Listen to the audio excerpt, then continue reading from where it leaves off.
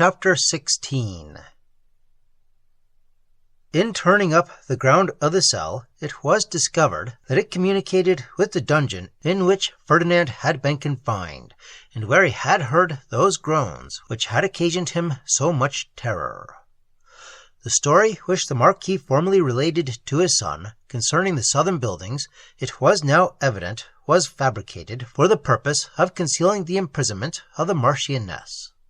In the choice of his subject, he certainly discovered some art, for the circumstance related was calculated by impressing terror to prevent further inquiry into the recesses of these buildings.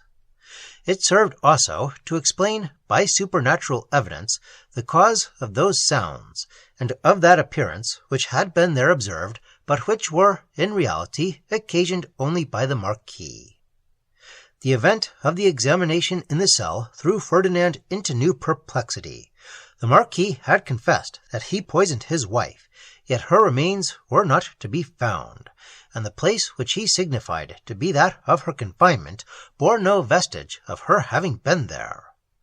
There appeared no way by which she could have escaped from her prison, for both the door which opened upon the cell and that which terminated the avenue beyond were fastened when tried by Ferdinand. But the young Marquis had no time for useless speculation. Serious duties called upon him.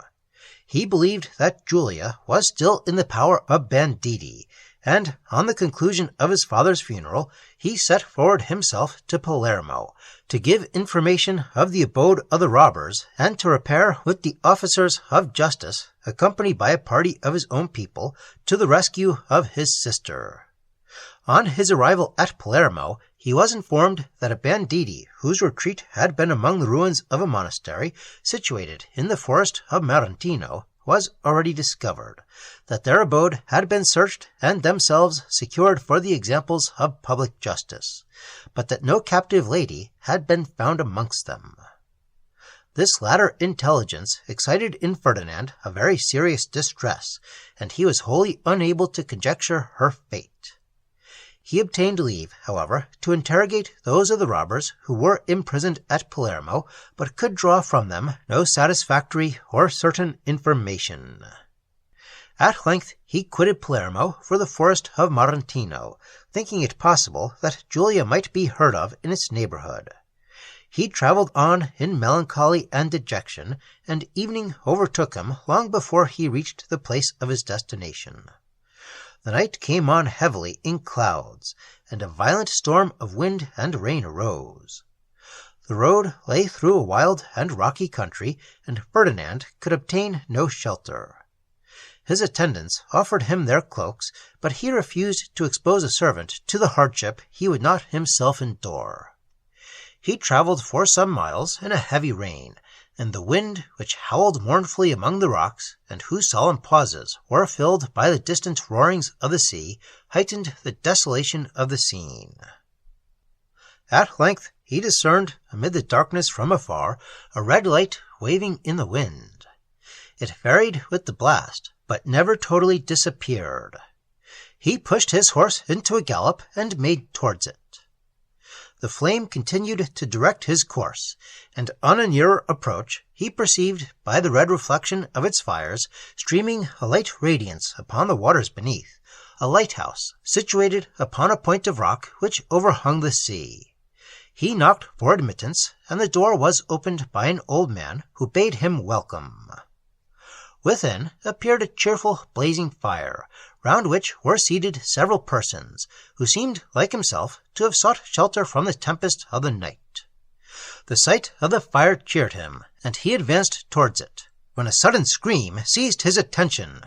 The company rose up in confusion, and in the same instant he discovered Julia and Ippolitus.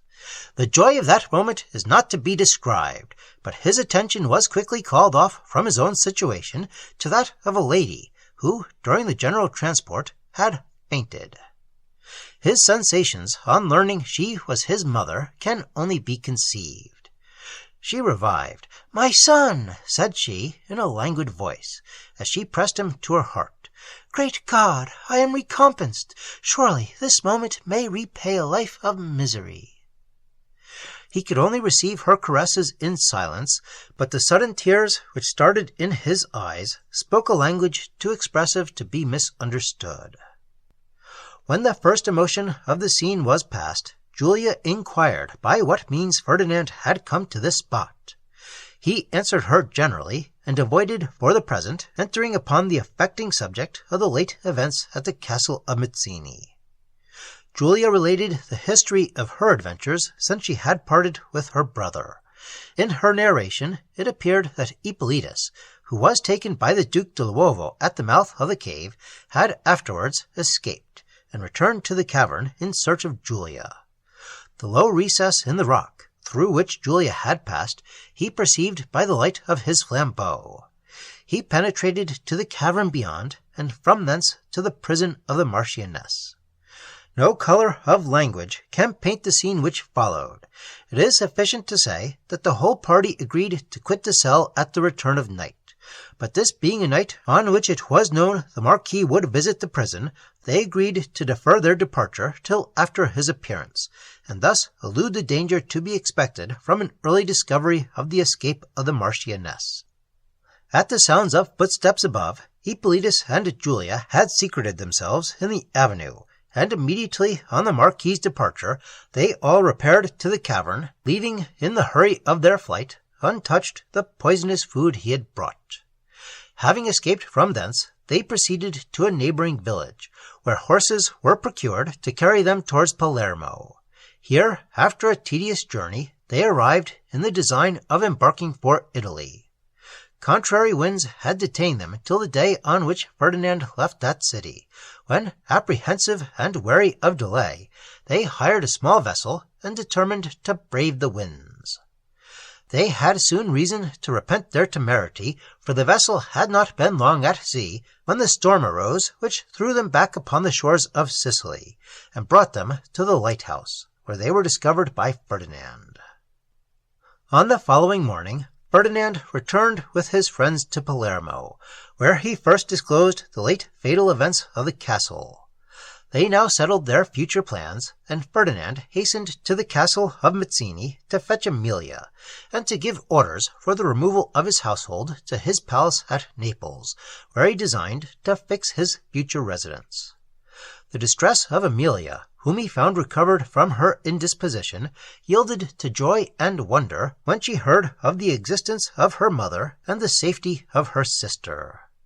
She departed with Ferdinand for Palermo, where her friends awaited her, and where the joy of the meeting was considerably heightened by the appearance of Madame de Menin, for whom the Marchioness had dispatched a messenger to St. Augustine's. Madame had quitted the abbey for another convent, to which, however, the messenger was directed. This happy party now embarked for Naples.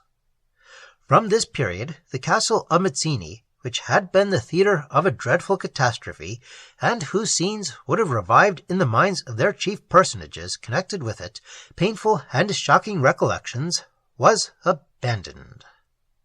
On their arrival at Naples, Ferdinand presented to the king a clear and satisfactory account of the late events at the castle, in consequence of which the Marchioness was confirmed in her rank, and Ferdinand was received as the 6th Marquis de Mazzini. The Marchioness, thus restored to the world and to happiness, resided with her children in the palace at Naples, where, after time had somewhat mellowed the remembrance of the late calamity, the nuptials of Ippolitus and Julia were celebrated. The recollection of the difficulties they had encountered, and the distress they had endured for each other, now served only to heighten by contrast the happiness of the present period. Ferdinand soon after accepted a command in the Neapolitan army, and amidst the many heroes of that warlike and turbulent age, distinguished himself for his valor and ability. The occupations of war engaged his mind, while his heart was solicitous in promoting the happiness of his family.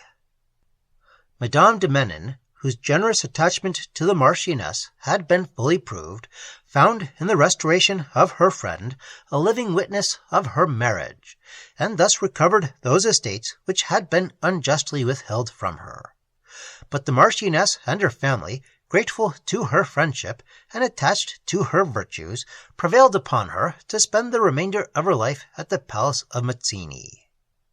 Amelia, wholly attached to her family, continued to reside with the Marchioness, who saw her race renewed in the children of Ippolitus and Julia. Thus, surrounded by her children and friends, and engaged in forming the minds of the infant generation, she seemed to forget that she had ever been otherwise than happy.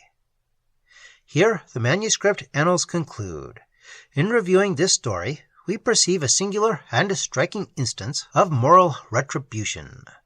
We learn also that those who do only that which is right endure nothing in misfortune but a trial of their virtue, and from trials well endured derive the surest claim to the protection of heaven.